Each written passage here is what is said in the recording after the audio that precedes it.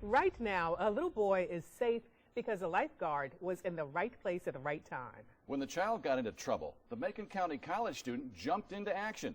News 13's Aaron Adelson is live to show us how the life-saving rescue took place. The rescue happened at the Cherokee River, but I'm here at Owen High's football field to give you some perspective. The boy's mom was about 100 yards away from her son when he got in trouble. So that's the distance from the field goal to where our camera is. And Robinson, the lifeguard, was standing about right where I am. A river can kind of be like a con artist. The water sounds inviting.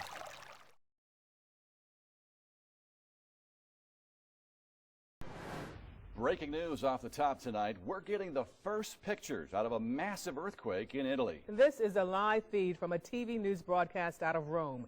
It's still dark there just after 5 in the morning. Here's what we know right now. The quake measured 6.1. It hit about 3 hours ago in a mountainous region of central Italy. That's northeast of Rome, but we're told people there felt it. From the pictures, you can see damage, but we've not heard just how extensive it is. We're not also getting details at this point about injuries or the possibility of deaths. We're going to continue to work to learn the impact of this quake, and as soon as we get more information, we'll bring that to you in this newscast. We have new information right now on the breaking news on the earthquake in Italy. This is a news broadcast out of Rome. Take a look. You can see damage from a 6.1 earthquake that rocked central Italy about 3 hours ago. We just found out 11 people are confirmed dead. There are fears that number will go much higher.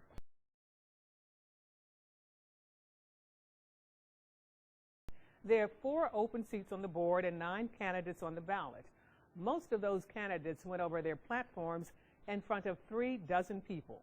One resident News 13 spoke with says he's disappointed by the turnout.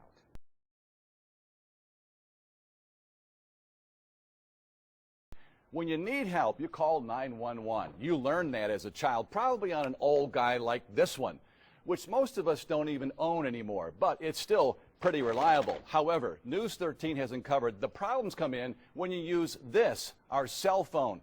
This is just mind-boggling. I can push my Uber app on my phone and a driver can find me lickety-split.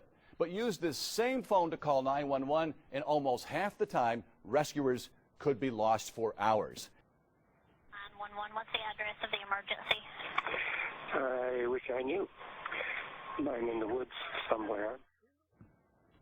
Here's a guy in a plane crash of all things, and he's got to know the exact address where he crashed because the old analog system that relies on cell phone towers can't find him. Now put yourself in the rescuer's shoes for just a minute. You have to get creative to help this guy out. We had to use a system of the fire departments actually had horns and they would blast the horn and then the caller would say, you know, they're getting closer.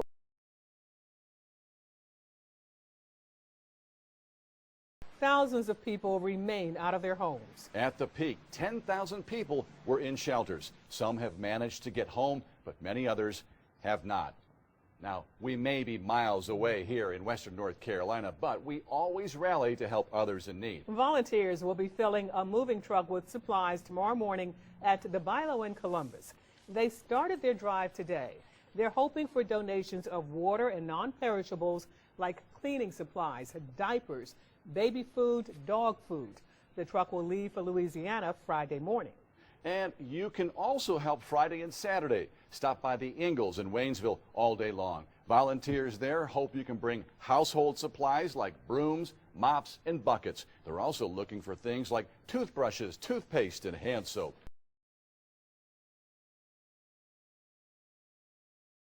So let's get you out the door. 65 degrees when you're finding Fido out the door to get that walk in, 6 o'clock in the morning. By the time you hit the bus stop with the kiddos, 65 and sunny, and we'll keep it in the 60s all the way through 8 o'clock. That last cup of joe before going in the office should be a dry one, too, with all that sunshine. Here's the first issue I have with tomorrow, the haircast. Well, our humidity level's going between 40 and 60%. And then tomorrow, we also have the second issue, the allergies. Ragweed's going to be pretty high, so you'll sniffle and sneeze throughout the day if you suffer from those kinds of allergies with the itchy, watery eyes as well. Sunday's not bad either. We got 75 degrees with sunshine and a few clouds. And the rest of the 7-day is pretty quiet. Mid-70s to upper 70s each day and dry weather. Yeah, you betcha it's going to be a big deal in our Friday evening. First and foremost, it's going to affect your evening commute home. A lot of rain by then. 1 inch of ponding on those roads could certainly cause you to hydroplane, so slow it down. Certainly expecting that much rain. Then we go into the evening, and how about Friday night lights? We'll call it Friday night lightning for those high school football games, and they could clear those stadiums if there's any lightning around. High wind behind the system, enough to blow around the lawn furniture, maybe the garbage cans, so tie those down. And then we have the 35-degree temperature drop we expect beyond that. A lot to go through, but we have a day to prepare for it because it's not here till Friday. Here it comes, though, moving through the Midwest, putting down some strong and severe thunderstorms now, but it'll come in our neck of the woods by Friday, and that's when the worst weather is going to hit. So let's zoom in on Friday afternoon. This is 2 o'clock on the future radar. Notice the showers turning into heavier thunderstorms on the northern side of the metro by 5 o'clock. Then between 5 and 7, these storms will shift south and east outside the city, putting down possibly some hail and damaging wind. Beyond 7 o'clock, we go all the way to 9 o'clock, and there are those showers and storms farther to the east. So we'll be done with it mostly here in the metro.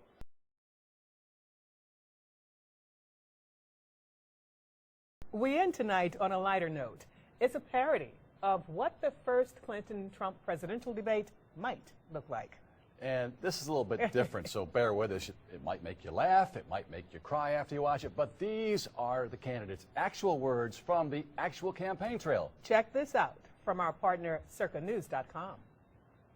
As a candidate for president, there's nothing I take more seriously than our national security. The fact that they even allow her to participate in this race, it's a disgrace to our nation.